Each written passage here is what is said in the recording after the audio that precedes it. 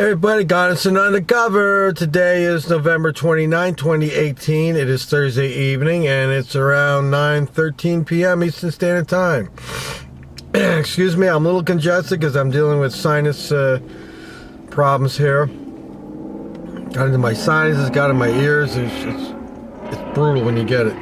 It hits my ears, I can't function. So we have another Blue Zero Hero story. Another cop. Actually, this is another human acting like a cop. And you know what happens when humans act like cops? It's never a good outcome. So this one comes out of Florida. And this is reported in the Miami Herald. And I'll just show you what the front says. Let's see if that shows up. There it is. It says let me see, where is it at? For framing innocent black men, a Florida police chief gets 3 years in prison. He should have got 10 years in prison. I think for every charge he gave out, the black men that got arrested, so whatever their charge sentence would have been, 1 year, 2 years, he should have got the total of that. So here's what it reads. This was reported on November 27th, 2018. Raimundo Esteciano, the former Biscayne Park police chief who directed his officers to frame innocent black men for a series of unsolved burglaries, admitted he wanted to appease community leaders and polish the village's property crimes record. Even in a small village of about 3,000 residents, the pressure was just too much, he said. When I took the job, now here comes the excuses. There's always an excuse. When I took the job, I was not prepared. Well, if you weren't prepared, why'd you take the job? Esteciano told a federal judge on Tuesday, I made some very, very bad decisions. You made some selfish decisions, okay? That's what you made. You made some selfish decisions, and you got bit in the ass, didn't you? His apologies did not sway U.S. District Court Judge K. Michael Moore, who on Tuesday sentenced a 53-year-old former cop to 3 years in prison. Now, this is the sad part of it. He allowed Esteciano to remain free for 2 weeks before surrendering so he could care for his mother who was dying of leukemia. Now, I understand the judge doing, he's being a little compassionate, but was this chief being very compassionate to those black men that got arrested? Maybe one of their family members was sick and was dying and they're stuck in the hospital. We're supposed to feel sorry for this clown? In September, Esteciano pleaded guilty to a conspiracy charge to deprive the three suspects of their civil rights because he and the officers charged them without a legal basis. Esteciano's conspiracy conviction carried up to 10 years in prison. Esteciano resigned. Now, here's another one. This is another flag. Esteciano resigned from the Biscayne Park Force in 2014 and previously worked as an officer for Sunny Islands Beach, Hialeah, and Miami-Dade County Corrections. Now, I don't know this for sure, but I'm assuming he's 53 years old, so there's a good chance he has maybe enough time in to retire. So by retiring before he gets convicted, then maybe he will get his pension. But I would hope that he does not get his pension. We need to come down hard on these clowns, these humans acting like cops. We got to come down hard on them and send them a message that the public's not going to tolerate this BS. You're either going to act like a professional or you're not going to have a job. And if you get caught doing something stupid like this, hurting on people, harassing, extorting, hurting, escalating, that we're going to come on you twice as hard as anybody else. So let me read on.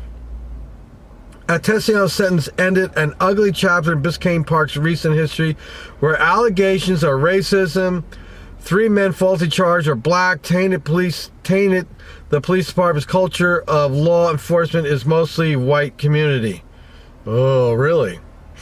You know, white folks don't want no black folks walking through their nice neighborhood. I've been down Biscayne by Miami, and that's a pretty well-to-do area. I don't know exactly where that park, Biscayne Park, is at, but it's probably all in the same area. It's very well-to-do.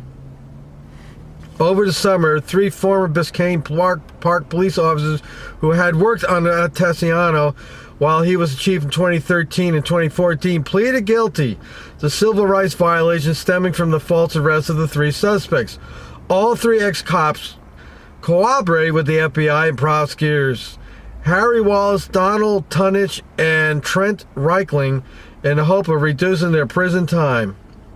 In August, officers Charlie Deyob, 38, and Raul Fernandez, 62, pleaded guilty to falsifying the arrest affidavits for a 16-year-old black suspect for 4 unsolved break-ins in June 2013. That was just a month before then police chief Tessiano touted the town's 100% burglary rate. This is why you can't believe any of their propaganda. And him getting on there touting 100% burglary burglary clearance is him propaganda.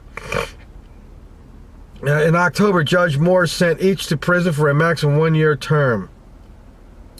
The charges against the teen were eventually dropped after Miami-Dade State Attorney's Office noticed the 4 arrest affidavits all used similar vague language that the investigation revealed. TD employed the same MO, and Holmes had a rear door pried open. A 3rd Biscayne Park police officer admitted falsifying arrest warrants for 2 men at the direction of Tessiano during 2013-2014. Those men were in their 30s at the time. Guillermo Ravello pleaded guilty to a conspiracy charge that he violated the rights of 2 falsely accused black men and used excessive force on a Hispanic man during a traffic stop. A different federal judge, Cecilia Antonagag, does anybody have a regular name here? Sentenced Ravello, 37, to 2 years and 3 months in prison. This story goes on and on. I'm not going to read the rest of it. I'll put the link in the description box, and you can click on it and watch it, read the whole thing yourself. But this is just another fine example of a human being a cop. Now, in the case of this chief here, his ego was getting the best of him, and he wants to probably get a promotion. He's probably up for retirement soon, so you got to get that promotion so he can get a better retirement payment. And he's got to go out there and falsely arrest black men, jam them up, and I don't know how. I guess they explain how he got caught, but he's still human. He's got no human. How can you do that to another person? Lying and have that person's freedom taken away. We only have one life, and there's only X amount of time in that life for us to live and do things. And when you get some jerk like this chief who takes this much out of your life, you never get that back. All the money in the world doesn't get it back. So I'm glad the chief got caught. I'm glad he's going to jail, and I hope they put him in the general population. Maybe he'll see somebody there that he also lied on a report about. Now, as far as the officers following his instructions, they are in a real pickle, aren't they? Because they got to go with the flow, and that's just how it is for police officers. I'm sure some of them didn't feel good about it. I hope some of them didn't feel good about it. But they do what they got to do to keep the job. They want to lose the job, but still, it doesn't make it right. And those officers, deserve to lose the job and never be a cop again, and they're going to have a rough time when they get out. So let that be a lesson to the so-called good cops that I keep talking about and want to believe they're out there, that when something like this happens, other officers know about it, other officers got to get together and go to the prosecutor's office and report it. Because this is the kind of crap that's getting you in trouble and it's causing you problems. Because it turns you guys into bad guys. Maybe you don't want to be bad guys. You don't want to be a blue zero hero. But now you're a blue zero hero because you didn't do the right thing and you didn't speak up. So it looks like this police department down in Florida has a few job openings down there now, since a few of the cops are going to prison. It's just a shame that this is what we gotta, that's running around out there. And I say to all you, I know you people, some of you don't like to hear it when I say lily whites, but you know, you want to believe and trust these police. And to quote one of my favorite presidents, Ronnie Reagan, you know, trust but verify. And if you can't verify, don't trust it. And it comes back to these propaganda stories. It's all propaganda.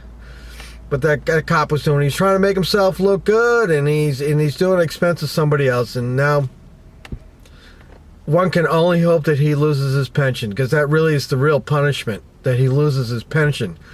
And I have no confidence that will happen, because he retired. So, all right, let me know what you think about this one in the comments section down below. Like, share, subscribe to New Jersey Expose.